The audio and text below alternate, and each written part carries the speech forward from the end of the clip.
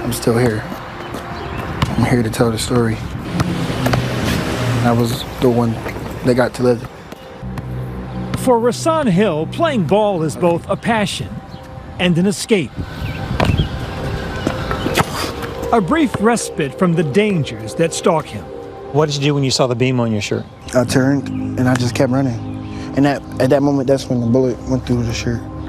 The 16-year-old surviving a near-fatal shooting last summer. Walking home with friends in West Philadelphia after a pickup basketball game when a group of young people approached them and clashed. How does it go from guys arguing to someone pulling a gun? It's just the way the world is nowadays. It's like people feel like they gotta have a gun to, have power. One bullet grazing his shoulder. It was a near miss. Rasan was lucky. Too often in Philadelphia, someone else's child is not. A very dangerous night on South Street. 14 people were shot. 3 of those people have now died. The city of brotherly love, bleeding in bullets. You just hear it. You just start shooting. In a nation where gun violence has become an epidemic from city to city, Philadelphia is setting its own grim record. 562 people shot dead last year, the most ever in its history. Oh my God. Hundreds more than New York or Los Angeles. Someone must have got hit. Philly's supposed to be the city of brotherly love, but you got brothers killing brothers. Tonight we go inside the brutal reality of gun violence with the most vulnerable, the young. I literally watched my blood leak out. Digging into why this keeps happening. You were a shooter, right? Allegedly. The city's leaders fighting a battle many admit they are losing. We're losing generations. If we have another horrible year, then we have all failed. While community leaders, figuratively and literally, doing all they can to stop the bleeding. Our kids are dying slowly. Our kids have no hope. This housing project in West Philly is where Rasan spent most of his childhood.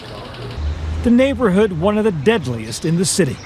The rising high school junior imagining life beyond his hometown. What's the dream? To play sports, play football. And if football don't work out, I want to join the Army. I just feel like I'm made to be on the battlefield. In many ways, he already is. I'll say a little prayer to myself when I'm walking. If I may ask, what's the prayer? I just ask God to, just to watch over me while I'm walking. I make sure I make it home safely. Can't even have fun like nowadays because you got to worry about a stray bullet. Young black men like Rasan are disproportionately killed and wounded by guns in Philadelphia, comprising 75% of those shot. Gun violence, tragically the leading cause of death for black males between the ages of 15 and 34. For Rasan and his friends, those aren't simply statistics. They're names and faces they know. So you check on each other every couple days? Every day. Every hour of the day. Yeah. We always we got a group chat. We always ask. You have a group chat? Yeah, we always ask, where y'all at? What y'all doing? Like, good morning, good night.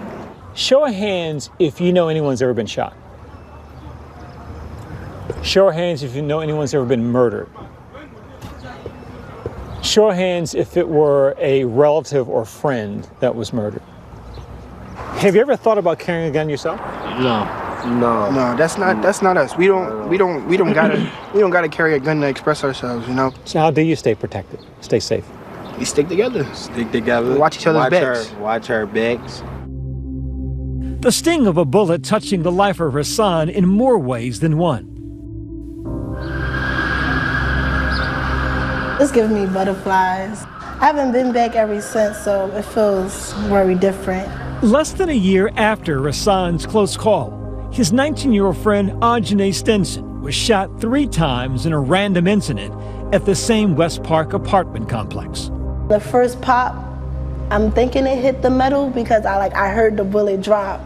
So once that happened, I instantly just froze. I ran that way and went up the steps and I kept running.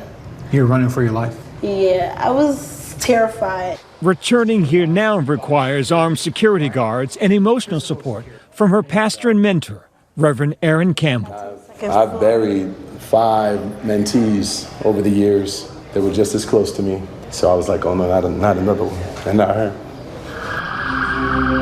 Just 82 days into the year, Ajane quietly became the 460th victim of gun violence. A 19-year-old girl gets shot 3 times, nearly bleeds to death, and there's no mention in the local newspaper, there's no mention in the local TV station. Our young people of color are not being valued. Until we all come together and begin valuing them, this will not change. And in fact, it will get worse. Reverend Aaron created Level Up in 2018, a program developed to mentor young people in Philadelphia. Recently, the group provided a home for Ajane and her family.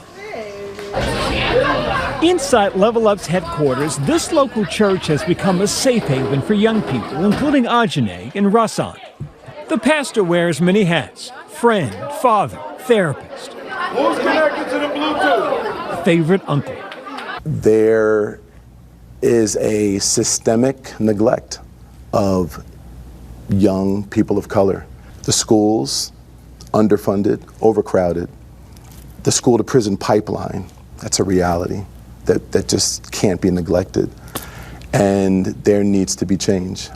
So how can a preacher of a modest-sized church with very cool tattoos impact any of that? I think talk is cheap, and I just want to let the work speak for itself. These are diamonds in the rough, and they need to be humanized again. That's the conversation. You know?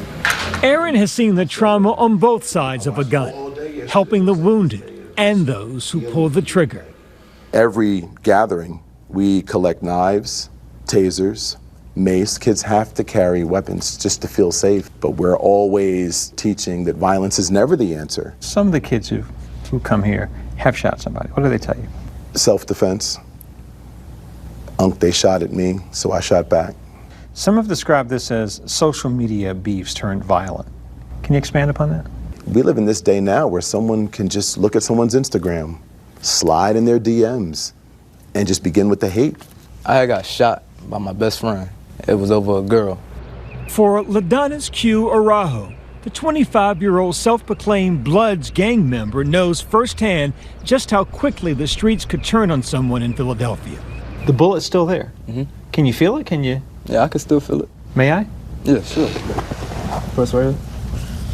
Oh my gosh. Wow. I done been in jail and I done been on a run.